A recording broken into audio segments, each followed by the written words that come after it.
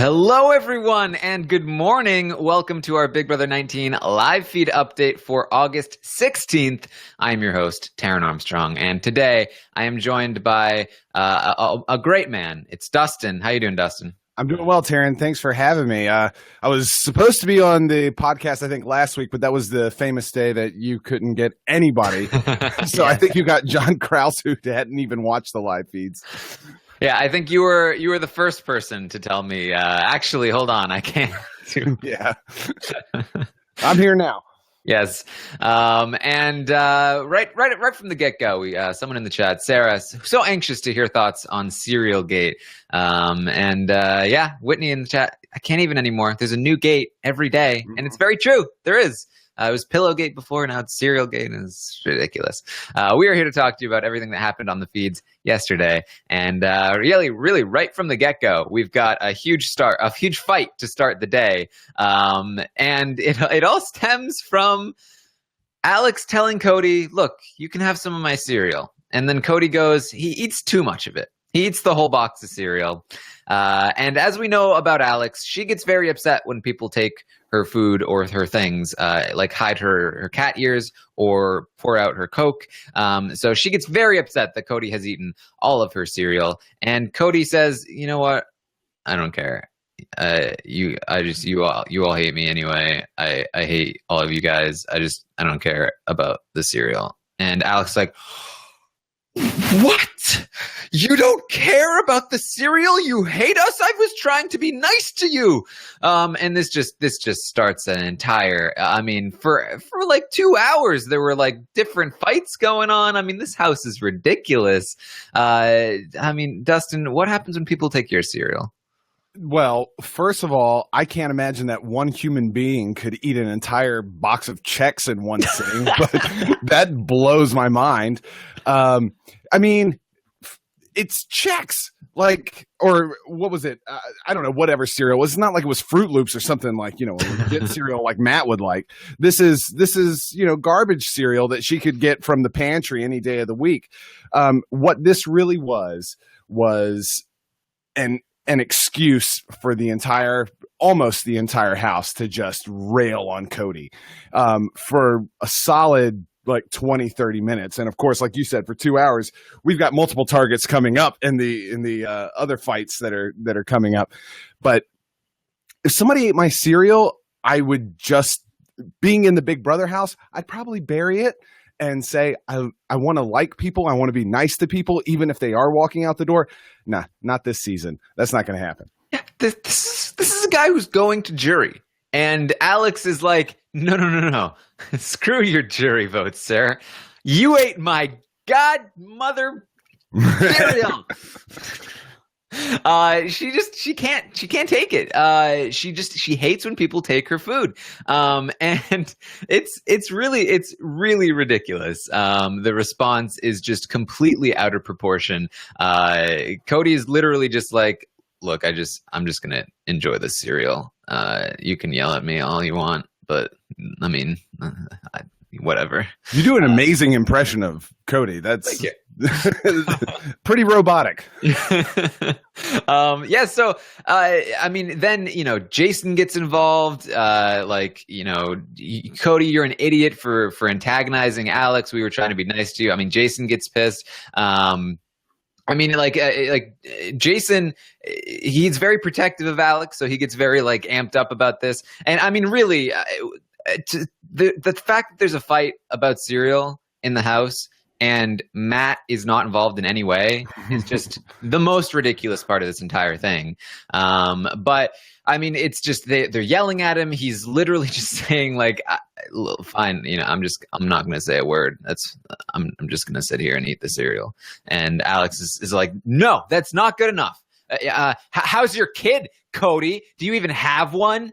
Oh, do you even like Jess? You're like a fake person. Is anything real? If the fact that you could eat cereal, what kind of person could do that? You must be a fake person who lies about everything." That sounds logic, right? Yeah, no, absolutely. No, her petty hat is coming into full fruition here. She's wearing it proudly and has to claim that, everything he does is a lie simply because he ate a box of cereal. What really bothered me about this fight was that if it was just Alex and Cody, or even if Jason was just slightly in the mix coming in to defend her, that would be one thing. You could have a back and forth and everything would be fine. They were in the kitchen, the most public place in the entire house. And like you said, Matt and Raven weren't there, though, even though he loves cereal. Pretty much everybody else was right there in the kitchen, just railing on this guy. And for the first time this season, I've not been the hugest Cody fan. I've not been the hugest Jody fan. For the first time this season, I felt bad for the guy. And I was actually kind of proud of him that he didn't get up in arms. He didn't get his hair standing up on his back. He just said, you know what, whatever you guys say, I don't like you. In fact, he said stronger words. He's like, I hate you guys. And I would prefer that you hate me and just leave me the F alone. And that if you know you're going out the door, at least that's a classy version of the way to do that. So I really do feel for Cody in this situation. It's rough. It was really rough to watch, just because I've been in situations like that where you have a team of people ganging up on you. It's not fun. And you know that you haven't necessarily done something egregious. You haven't done something that, you know, is so offensive that people should be steaming from their noses, but they're yelling at you. And what do you do in that situation? I'm glad he didn't get physical. I'm glad he didn't get angry. I'm glad he handled it the way he did. Yeah, I mean, I have to agree. I mean, like, yeah, as many people know, I was like the person on the round table that was like, look, Cody's no angel either. But watching this was just like, it was literally, he was sitting down, eating cereal, surrounded by people who were just like, you're the worst. And he's just like, dude, just like, whatever. And even Matt and Raven were upstairs, like giggling on as they watched from above. Like this was absurd. I tweeted like some gifs of like it's just like a zombie horde, just like, Cody, why won't you do what we want you to do? It was really ridiculous. The most interesting thing, I think, not the most interesting thing, but one of the things that stood out to me gameplay wise was to switch cameras in that fight. You really should, if you haven't seen this, you should go back and rewatch this entire series of fights that escalated today. But watch Paul as this is all going. And he probably said 3 sentences the entire fight. But you could see him puppet mastering the entire thing. Like, no, you don't say this right now. Hey, let her say her thing. Let him say his thing. He was really controlling that whole thing. And it's another testament as to why Paul's stock has gone way up in terms of the way he's playing this game. Just watch that. It's quite interesting to see him pull the strings in this, even though he didn't really say much. Yeah, and it's really the kind of thing where it's just like, people are wondering, can Paul win this game? Because he's going to have to betray a lot of people. People are going to be very mad at him. But when he's one of the few people that's not constantly railing on everyone, he's obviously involved and people are still very upset with him. But like, I think Paul has a legitimate claim to be like, look, I wasn't as bad as Josh or Christmas or Alex or Raven or any of them. So if I'm sitting next to one of them, then I can be like, look, they took it more personal than I ever did. Like, I was playing the game. They were really into this. So yeah, it's crazy because, you know, Christmas does get involved here. Like Christmas, I feel like I write down notes for this show, right? And every single time I write down notes for a fight, I'm like, okay, it started with Alex and Mark, or Josh and Mark, or Cody and Alex, or whatever it is, and then like 4 bullet points down, I'm like, then Christmas somehow gets involved because she just butts in randomly to every single argument with like random comments about like I don't even know what, and it's just like, what are you doing, Christmas? Why are you getting involved here? It's so crazy. It's so absurd. So like the entire house is here. And Cody's just like, whatever. I'm done with this. I'm I'm just gonna leave now. And so Cody leaves, and of course this mob is all fired up. They're like, no, wait, you can't leave, Cody. We're still fighting. Mark, we're mad at you. And so then it turns on Mark, because of course it has to go back to week 1. Mark, did you know about the plan to backdoor Paul? Because this is so important. We get another like half hour of that fight. Like, did you know? You have to get Cody. Cody's like, well, stop it. I don't care. Yeah. And now it's everyone versus Mark. Yeah, and that entire fight is just classic Mark face where he does the drop jaw like, oh, what are you talking about? And they're just railing on him about that first week. And we as viewers know that nobody knew about that plan. Cody completely came up with that in his own skull. No one knew, and that's what turned the entire house on Cody. So the fact that they're laying this at the hands of Mark tells me that they are so desperate. It goes back to what happened yesterday, where Mark's name just accidentally got dropped into this whole situation. Like, well, let's go for it. We need a reason to make Mark a target. He is the next clear target. He's been winning these competitions. We want him out. So just any reason we can to rail on Mark. Doesn't help that Cody left the room and then Mark's just standing there like a bright shining star. Here you are. You're the next target. But that is just a small sliver of what this game is actually playing out to be. Once Cody's gone, we have to look for the next person. That next person is Mark. Yep, and Lisa says we need the Mark face. And yeah, Mark's response, of course. That drop jaw, bright eyed, just like, what are you talking about? And the sad thing is, a lot of times it's genuine. He's not making that up.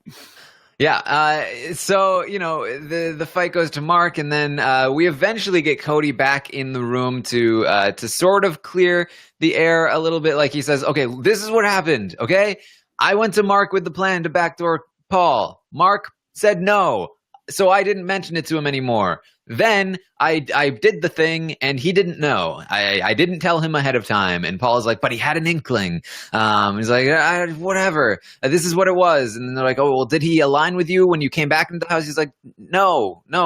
We just talked. That's all we did." He's like, "All right, fine, good. We finally have the truth. Why did it take so long?" Like, they're still just mad. They're like, "Oh, no, we're still mad though." And of course, Josh then is like, yeah, Mark and Elena, you guys are just untrustworthy. And Elena's like, I'm untrustworthy. And now we get into part 3 of the serial gate, Elena versus Josh. And this goes back to the conversation, the argument that they had in Josh's HOH room the other week when Josh was claiming that Elena had thrown Paul's name under the bus because she was trying to get her other people on the block other than herself. And Elena's like, no, that's not what happened. You're taking my words out of context. And Josh continues to like talk over her, which forces her to just start screaming at him, like, "You let me finish!" Like, if you a lot of strong words in that moment. Yeah. If you thought my string of like unfinished swear words was bad when I was talking about Alex, this was just ridiculous. I don't even know if they can show this on TV. It'll just be blanked out. It'll just be like. It's just like mouth moving, nothing happening. It's like there's so many vulgar expletives, and Elena's just like screaming at him, and he's still just like he's not learning his lesson. Like, he won't let her finish. My favorite part of that entire fight was there was one moment where Josh is like, we're having this giant argument, but Elena, I have a huge crush on you, but you've been dishonest. And I love that he, like, for that one little moment, he's like, I actually really love you. Will you please like me? And I'm going to keep screaming at you. It was crazy. And so then, then after this, after Josh versus Elena, of course, Alex gets involved, yells at Elena for like, "Oh, you took my money. You broke your word." Of course, Christmas gets involved in that as well, because why not? And then finally, after everyone sort of calms down, Paul finally is like, "Okay, guys, what did I tell you? I told you exactly who Cody was. Can you believe him?" And this was the most absurd part of the entire thing to me. After everyone leaves, they're like, retelling what happened with Cody to some of the other people that weren't there for it. Yeah. And they're like, this is what happened. He was eating the cereal. Oh my God. He what? He ate the cereal and he said he didn't care? Oh my God. And Paul's like, see, I told you all along. I told you what kind of person he was. He eats cereal. It's unbelievable. And it was so crazy. I wasn't sure if I was going to bring this up or not, but I think it's at least relevant, and we don't have to stay on it too long. But if just for a moment they could get a little glimpse of what's going on in the outside world, they would realize how petty, like Alex's hat, these arguments about cereal and stuff like that, how petty these arguments are, because these are the most ridiculous things to be arguing about. I can't even believe that it's going on. And in the history of Big Brother, I don't think I've ever seen somebody this upset about sharing food and not getting, your portion of the food. I only wanted you to have one bowl, stuff like that. There are more important things in the world, but I understand in terms of the context of Big Brother, this is like literally all they have to go on. What else are they doing? And especially in a season like BB19, where you have this one person railroading through the game, things tend to be a little bit calm. You pick that one target, but then all of a sudden, one little bit of drama happens, and they haven't had that in a while, and they want to taste that sweet drama juice, and they just go for it based on the smallest little thing, like a box of cereal. Yeah, Alex reminds me of like myself in elementary school when somebody would like steal something from my lunch, and in my head I'd be like, I'm going to destroy you. You know what I mean? Like, you just get so mad at the smallest things. Yeah. And she's an adult though. Like, what are you doing? So all right. After this big fight, I think there's two interesting things, and I think there's two people that are playing this to some degree a little bit better than the others, and that's obviously, as we mentioned, Paul, who didn't get involved too much and is trying to keep good relationships with the people that were being fought with, and then also Josh, who, even though he was in the midst of this argument, also afterward goes to Cody and says, "Look, I have nothing against you. Everything's cool." He also goes to Mark and says, "Man, we hate each other in the game, but outside we're going to be boys." And it's all game, dude. And he's like the only person that's actively trying to do some jury management here. And I think that, Brent's been saying he feels like Josh could win this game. If he's the only one doing jury management, I'm starting to see it. He's the only one that, first of all, Josh is the only one that gets crazy animated in these fights. And Liz, other than Christmas, like you said, who always manages to find her way into the end of the fight. But Josh always gets crazy animated in these fights. But somehow you'll cut back to the feeds an hour later, and like him and whoever is fighting with are just having a conversation on the hammock, or like out lifting weights together, or doing something like that. He's doing a great job of letting these arguments be about the strategy, not about the personal differences that they might have. So I agree with you that in terms of jury management, he's really saying, look, we've had disagreements. We haven't voted together. We haven't done this and that. But at the end of the day, we're both humans. And Josh is also the other person that comes out of these fights saying, like, God, I hate doing that. Like, I'm a human being. They're a human being. Yeah. And you pronounced it wrong the first time. Yeah, exactly. I corrected myself. I I don't like having this animosity, but it is part of the game. So I like that he recognizes that, and I also like that he can find a way to interact with people even after a huge argument. Yeah, and I mean, after this whole thing, Mark and Elena are talking about how much they hate Christmas because she's so annoying. They also obviously find Josh incredibly annoying, but there's like a vitriol toward Christmas that isn't there toward Josh. And since Christmas is the most likely person that Josh will be sitting next to in the end if he gets there, I think this is looking good for Josh. I think that Christmas, she has less relationships. I think people are more annoyed with her. And I could see Josh beating Christmas in the end. That could be the end of our season. And I would not be disappointed in that. Yeah, I mean, that'd be pretty crazy. Yeah. I haven't brought this up. This is, I think, my third update, but I haven't brought this up. I actually, like Alex Kidwell knows Matt, I have a connection to Christmas Abbott. I dated her first cousin for about 5 years. And so I went into this season with a real strong rooting interest for Christmas Abbott. We're from the same hometown. We went to the same schools and stuff like that. I was really, really hoping that she would do something really special on this show. And now, as we are talking about her versus Josh or versus Paul, or whoever, we know she's getting far. I cannot see one single scenario where she wins. And it breaks my heart because I really want her to do well.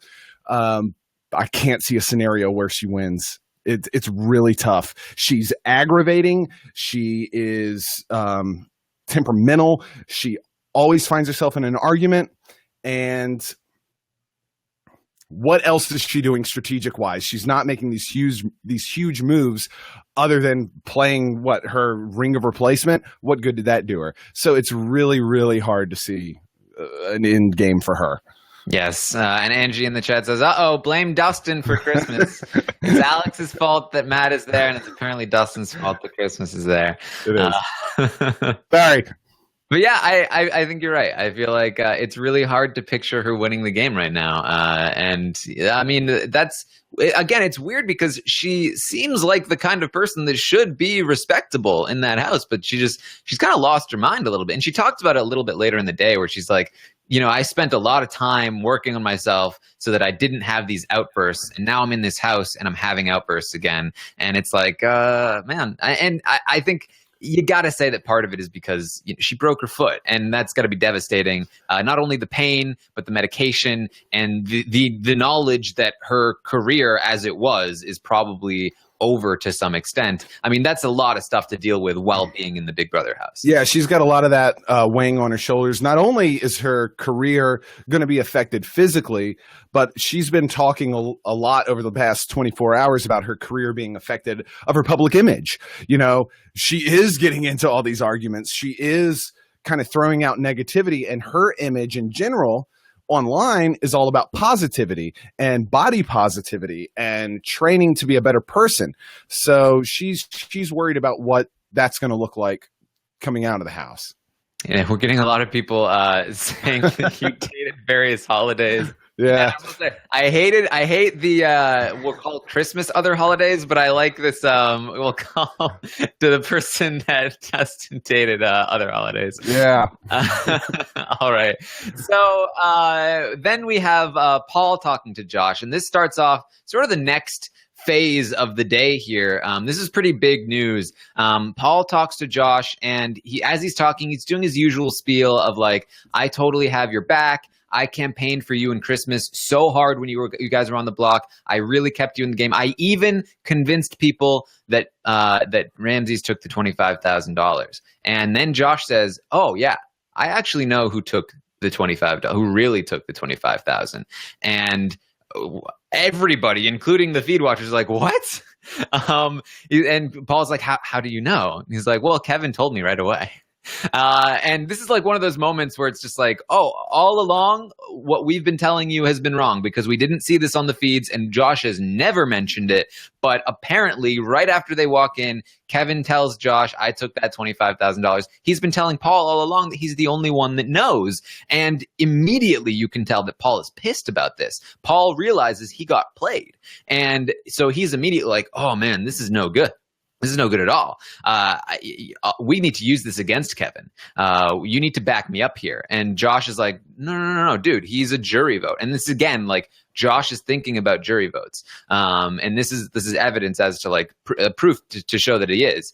And Kevin and Paul is like, I don't care if he's a jury vote. Like we need to use this against him. He was using this to garner trust with people. He was telling them that they were the only person that knew. And you're talking about yourself, Paul. You got played. You're mad about it.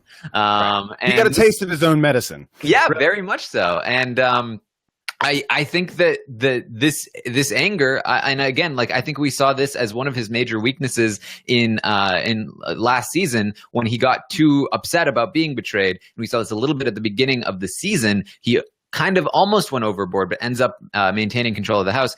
This really sets him off, and so he's like, "Okay, this is what we got to do." He goes up to Alex and he says, "Look, Alex, I know who really won the $25,000. It was Kevin. Josh just told me today, and it turns out that he was the one who took it. I thought Ramses had taken it. That's why I put the blame on Ramses. But I just went to Kevin and he confirmed it." And now this is a lot of lies, right? Like this is a lot. This is what you were talking about. I think it was in the roundtable of the active lie instead of the reactive lie.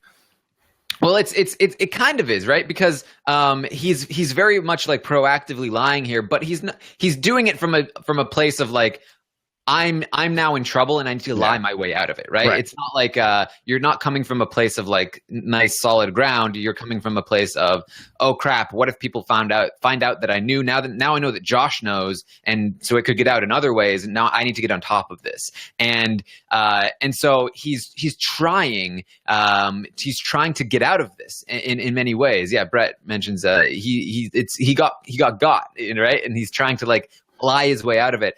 But this is a house of cards here.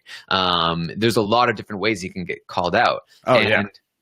So Jason comes into the room. They tell him, and Jason immediately is pretty skeptical of this. He's questioning Paul's timeline. Wait, so you just found out today from Josh, and you talked to Kevin? When did this happen? And Paul is like, no, Josh told me today. I confirmed it with Kevin. And he's like, why would Kevin tell you? And why would Josh tell you? And then after Paul leaves, Jason is like, wait a minute, this doesn't make any sense. Is Paul getting played? What's happening here? And then he's also like, well, why would Josh have gone to Paul first? We're supposed to be tight with Josh. Why wouldn't Josh come to us? And so now this is like causing all sorts of mayhem in terms of like Paul's like whole setup. And there's really no point to it. There's no reason he should have brought this up. Josh was keeping his mouth shut. And all you needed to do is just pretend you didn't know. Or at the very least, not go after Kevin so hard in this way, because Kevin is going to out you, right? Right. Yeah. And your house of cards analogy is absolutely perfect. This is so delicate for Paul. What he really should have done was let Josh, if Josh was going to be coming in with this information, let him do all of this. Let Josh be the one that knew that secret from the very beginning, and let him be the one that takes the blame for not telling anyone. Because under all this skepticism, under all this, the timing of who told what who, everyone still believes that Ramses was the one that had the $25,000. So there's still that gut feeling like all of this is just a facade. I think eventually they're going to realize that Kevin is actually the one. But Paul could have easily put all this on Josh by just simply keeping his mouth shut. Yeah, and the kind of control Paul has over this game, it's the kind of thing where it takes an avalanche to turn people around on it. And Paul is creating this avalanche right now, because between the lies about Kevin taking the $25,000 when he knew, if Kevin is able to successfully and convincingly say, if they go to Kevin and he says, no, dude, Paul knew all along. I don't know why he's telling you he just found out. He knew all along. He told me to lie. He told me to not tell anyone. And he also told me to be the hinky vote on the Cody eviction. And like, he also told me to vote this way on the Jillian eviction. And like, he's been telling me what to do this whole time. And then like, that directly contradicts something. Not like, that's something that like, if Kevin went to them now and he told them this is what Paul did in the past, they might be like, oh, that's sketchy. They might look at Paul a little differently, but they'd be like, you know what? That was in the past. We don't want to have to confront Paul about this because it ruins our current plans with our game. But if he says all of this and it exposes what Paul did just yesterday, where like not only was this happening in the past, but Paul was just now lying about it, just now trying to convince us of something that wasn't true to manipulate us. That's not in the past. That's happening now. We have to do something about it. And that starts an avalanche of like, has Paul been doing this the whole time? Like that's when the realization, the bells start ringing and you go, wait a minute. I think of it as like the moving company moment where like everybody slowly starts to realize, wait a minute, there's a group of guys and they're working together. Like this is not good for Paul at all. And he even suggests like maybe we should go after Kevin before Mark and Elena. Like maybe we should put him up on the block. And like Jason is really hesitant about this. Obviously Alex is in on the idea, but man, this is really dangerous ground. Yeah. He's working with very delicate territory here. He's got today is Wednesday, tomorrow is Thursday. We're gonna have a double eviction. Honestly, his best bet is throw Kevin up on the double eviction and just get this out of here because this is really dangerous stuff. Paul has done a really good job of laying the groundwork for everybody, weaving a certain amount of lies about what has happened, the hinky votes, all the Kevin stuff. But man, the minute that is exposed, it's going to be really bad. What Paul has on his side right now is still the house feeling like Kevin is sketchy. Kevin is a negative force. So maybe if somebody in that realm can get HOH and put Kevin up, then on the double eviction, then maybe there's enough force behind that to evict him. And that would be the best shot for Paul to just avoid this altogether. Otherwise, he's going to have to face the music and deal with this and say, look, I have been lying to you, or completely covered up and have a whole nother house of cards. I don't know what he's going to do, but it's dangerous territory. Yeah, I mean, and the thing is, like, the thing and the bad part about this is even Josh could end up revealing this whole thing, right? Where like he's kind of putting a lot of weight on Josh. Like, why did Josh keep it a secret this whole time? Why did Josh tell Paul and not Alex and Jason? If Alex and Jason go to Josh and be like, why didn't you tell it? Like, we're kind of mad about this. Josh might feel like defensive and be like, hold on, Paul didn't tell you either. He knew. Why is he telling you that I was the only one? Paul told me that he knew. And then that could like start their suspicions. Then they go to Kevin, who obviously confirms a lot of other stuff. This could be the way that Paul goes. But as you mentioned, with Paul sort of skeptical of Kevin, we could actually see Paul pushing for Kevin to leave in the double eviction. We could have like a Judd moment where it's like all of a sudden Kevin's gone and Paul's problems just disappear. Yeah. So that actually might be the better move for him at this point, even though Mark and Elena still might be after him, which is crazy to think. Mark and Elena are these like big kind of amoebic targets that can always be gone for it. Kevin is an immediate threat in terms of what we're dealing with here. Like, and to not have a week to kind of simmer on the things, the reasons why you would put Kevin up, to have it done within an hour time span, perfect. Get him the heck out of here. We don't want to deal with this, and we don't want him spewing all the secrets. The other thing is, like you were just saying, Josh could come out and come clean about all this. Josh has the upper hand on this conversation because Paul was the one that approached Josh about the 25,000, and Paul was the one who said, I know who has it, and Josh is the one who said, well, I do too. So Josh knows that Paul knew it before he did. So Josh can easily reveal that Paul has known it just as long as he has. The crazy thing to me is how much of a surprise this has come to everybody. When did Josh find out? Do we know? Well, I think he said that Kevin told him like right away. Like, so that was before the feeds even cut on. Yeah. Oh my gosh. I mean, that must have been like night one. Like, who is this guy? Who is this Josh guy that he has like the entire time he will go into the Austin Powers room and just have these conversations with the camera. Not a single time he's had these conversations with the camera has this come up. He's keeping secrets from the house guests. He's keeping secrets from us. his stock just went up for me. It's impressive to me. Yeah. All right, so we have. Oh, and actually, this is funny though. Like, despite how much trouble Paul might be in, he's still very much in control of these people. Jason was even suggesting to him, maybe you should go to Kevin and tell him that he's your ride or die. Like make a final two with him. And Paul was like, well, I mean, if everyone wants me to, I guess, as long as everyone knows like why I'm doing it, I guess I'll make extra final twos. Like there's so like unintentionally catching on to what Paul is doing in the first place, which is making a bunch of deals with everyone to keep them comfortable. Like, oh, you should go do that with this guy. Yeah. Oh, here's your hall pass. Please go do that. Yeah. Feel free. So then we have Paul going to Mark and Elena, and he hints like, look, the person that we've been talking about, Cody, we've been saying Cody's protecting somebody. It's not you guys. It's actually somebody else. And they quickly realize it's probably Kevin that he's talking about, and that Kevin might be a target for Paul. And so this gives them a little bit of hope. Like maybe we're not next. And in some ways, this is not good for people who are anti-Paul, because they are now considering maybe we shouldn't take Paul out next because we're not his immediate target while we are other people's immediate targets. Like if Paul is going after Kevin, then maybe we shouldn't be going after Paul quite yet, even though we know we need to go after him eventually, which I don't know.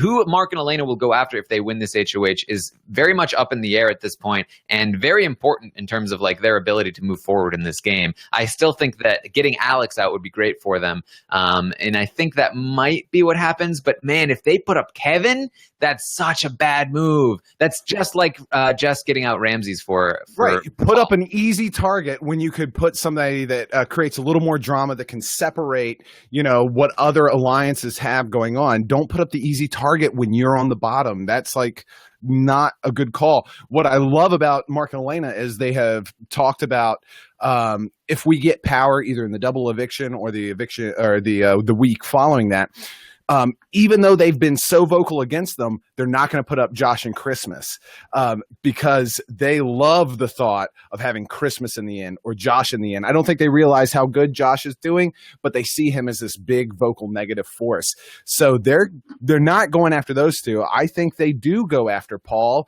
whether it be a back door or whether it be a front door next to somebody like. You would hope that it wouldn't be Kevin in that situation. Maybe Jason or Alex, So it's a weird situation here because Paul does eventually, and this kind of skips over some stuff, but he does go to Mark and Elena and tells them that like, hey, look, I've heard that you're coming after me. I've had conversations with people. He basically says word for word the conversation that Mark had with Matt, which Mark then realizes, well, Matt screwed me. Matt told him everything. And then, so they're going through things, and Elena's like, okay, so Paul, he's working with Jason and Alex. And like, what's happening is they're turning on Kevin right now. They're going to get us out. Then they're going to get Matt and Raven out. Then they're going to get Josh and Christmas out, and they're going to go to the end. And that's basically Paul's game plan. They have it. They have it. They figured it out. They figured out the secret relationship between Paul and Alex. They figured out everything. Now they just need to figure out what to do about it. And what to do about it is take out either Paul or Alex. You need to put those two up. But they're like, but Paul might not be coming after us. He might be going after Kevin. And it's that same thing. They don't have the balls to just do it. They need to like have the gumption, right? Like they need to be able to just take the risk and go after Paul. And but like there's just like a tiny little bit like, but there might be a safe step here instead of the big one. And it's like, we might want to take the safe step. The safe step is only one step ahead. You're only getting past one person. So take that shot to get farther, because all you're doing is saving yourself one spot in the pecking order. You have to be able to what this house needs is a complete reshuffle. And everybody doesn't realize that, they just have to do it. And it's so simple because there's so many pairs that could be reshuffled. And the one person in the middle of all of that is Paul. Why don't they target him? Why don't they get rid of him? I don't know. I can't wrap my head around it. But if Paul gets to the end through all of this, man, he will have played a great game. We just have to assume that they're either going to see it and take him out, or they're not going to see it, and he's our winner. I get frustrated, but it's still entertaining at the same time. Yeah, and here's like Mark and Elena need to you need to be better at this game, right? Because if you're seeing that Paul is turning on Kevin, that's not an opening for you to be safe one more week. That's an opening to strike at Paul, because that's a weakness. You can go to Kevin and be like, dude, Paul is talking crap about you. He's saying these things. And obviously Kevin is probably going to run that back to Paul. And maybe that's a risk you need to take, because if Paul is legitimately going after Kevin, that's such an opening. And you have to also see that if you take out Alex, then you expose the fact that Paul was coming for Kevin. Now you have Kevin and probably Jason. You've got you have so many options right now. They have more options than they've ever had before. And this is the best hand they're ever going to get. They need to go all in, or they're going to just blind out. This is going to be an exciting double eviction, I think, as long as somebody on the fringe gets the HOH. If Paul gets the HOH on the double eviction, I don't know what we're going to be looking at. But, as long as somebody can make some sort of move, I think we're going to see something interesting. Yes. All right. So finally, last few things. I know I skipped ahead to the very end, which was Mark and Elena talking. But before that, we had a little bit of stuff here. Paul saying he can't win in the end. Jason says, "Oh, you can win. You can win." They also talked about their reputations outside the house. Christmas was involved in that conversation. We sort of briefly mentioned it before. And then Jason and Paul have a one-on-one where Jason essentially says, like, "Dude, I would be honored to lose to you. You can totally win this game." I don't think this is as genuine as it is with Alex. I think Jason would not want to lose to Paul. I think this is really Jason kind of playing Paul. I think part of it is legitimate pep talk, but it's also like I think Jason is trying to be nice, and so this is how he's being nice. I don't think he's even playing the game very much. I think he's just trying to be like, don't be down in the dumps, Paul. That's my take on it, at least. They're both playing each other. He's saying, Jason is saying that, he would be honored to lose to Paul, and Paul is saying there's no chance in heck that I would lose or that I would win. And so they're both playing each other. I do think, though, in that conversation, Paul has the upper hand. I think that Paul has more awareness of who can win and lose against him versus Jason. Jason goes up against Paul. I think that's Paul. Jason goes up against Alex. We got more of a toss up in the mix. So I think that Paul really can see who he has to tell. Like, you know what? Don't worry. Take me. I'll never win. I think he knows exactly what he's saying. But Jason saying, that he would be honored, I think there's a little bit of sliver of truth to that. We haven't seen any diary rooms, but I think he does respect Paul in some degree. So My point is, I think Paul has the upper hand in that conversation. Yeah, I agree. Like I said, I mean, obviously Alex has had these conversations with Paul. I think Alex is much more genuine when she does it. But there is a part of Jason that does respect Paul, and that is really just like, yeah. I mean, I legitimately would, like, if I did lose to you, not that I want to, but if I did, I'd respect the fact that you did it, and I'd be honored that I got that far, I think. So Jason also talks to Kevin and says, dude, Kevin, you have got to be careful, man. Alex is on to you now. Like, a lot of people are not happy with you. Jason, unfortunately, does not handle this conversation very well. He talks about, like, we'll get down to Final Four. And Kevin's like, yeah, that's what I want, Final Four. And then he's like, yeah, then it'll be free for all. And I'll probably take Alex to the end, just saying. And Kevin's like, what? Yeah. So either whether you're in Survivor or Big Brother, whatever that number is that somebody says, and then it's a free for all, that's where you're going. Yeah. That's the number that you're being voted out. Because they're telling everybody else, final two, final three, or I'm the winner. The number that you hear when they say it's a free for all, that's your pecking order. So I'm glad that Kevin responded with a little bit of a, wait a minute, what are you saying? I'm glad he picked up on that, because that gives him some more information. I do like Kevin. I want him to do well in the game. And I think that he sees these kind of things. So I'm glad he saw that from Jason. It was not, he didn't handle that very well. Yes. So Kevin ends up telling Paul about the conversation. Paul goes to Alex and Jason, and Paul's like, "Did you say that, Jason?" As nothing really comes of it yet, but I'm sure it will tomorrow. So that's about the update here. Very long one, actually. There was actually a lot that happened yesterday, including that the whole cereal gate, but lots of setup for next week and this double eviction, especially. I mean, this has the potential to be a really crazy double eviction, especially if Paul is now theoretically thinking about maybe I should take Kevin out before Mark and Elena. So, lots of interesting stuff could happen. Again, don't get your hopes up. Double evictions always disappoint, but there is definitely some possibility for some excitement here. So thank you everyone for joining us. We'll be back tomorrow at 10 a.m. to update you on some more feeds. And it's Wednesday, right? Tonight, we'll be live with Ronnie Talbot. Melissa, I believe, will be on, and we'll talk about the Wednesday night veto episode.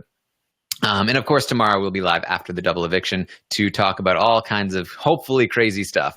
Can't wait for that. Yes, I just released the Taran Show episode 5 with Jordan Parhar. Very, very good one. I hope everyone checks that out, especially if you are an OG listener of the Happy Hour. Lots of good stuff on that. Taran, I just wanted to mention, I listened to the Jordan Parhar interview, and that really struck a chord with me. I actually went through a lot of the same things that Jordan went through as a full-time podcaster and leaving the industry and stuff like that. And I know that might have a limited audience of full-time podcasters that are listening, but that one really struck me. So, Jordan, if you're listening, I feel you, buddy. And you did a great job on that interview. Thank you. Yeah, I feel like there's a lot of different ways that you can relate to Jordan's story, and I think it really did touch a lot of people in a lot of different places. So yes, thank you everyone for checking it out. I mean, it's Taran Show's just been amazing. He did make fun of the name, but it's fine. Whatever, Jordan. So thank you everyone for joining us. We will see you next time.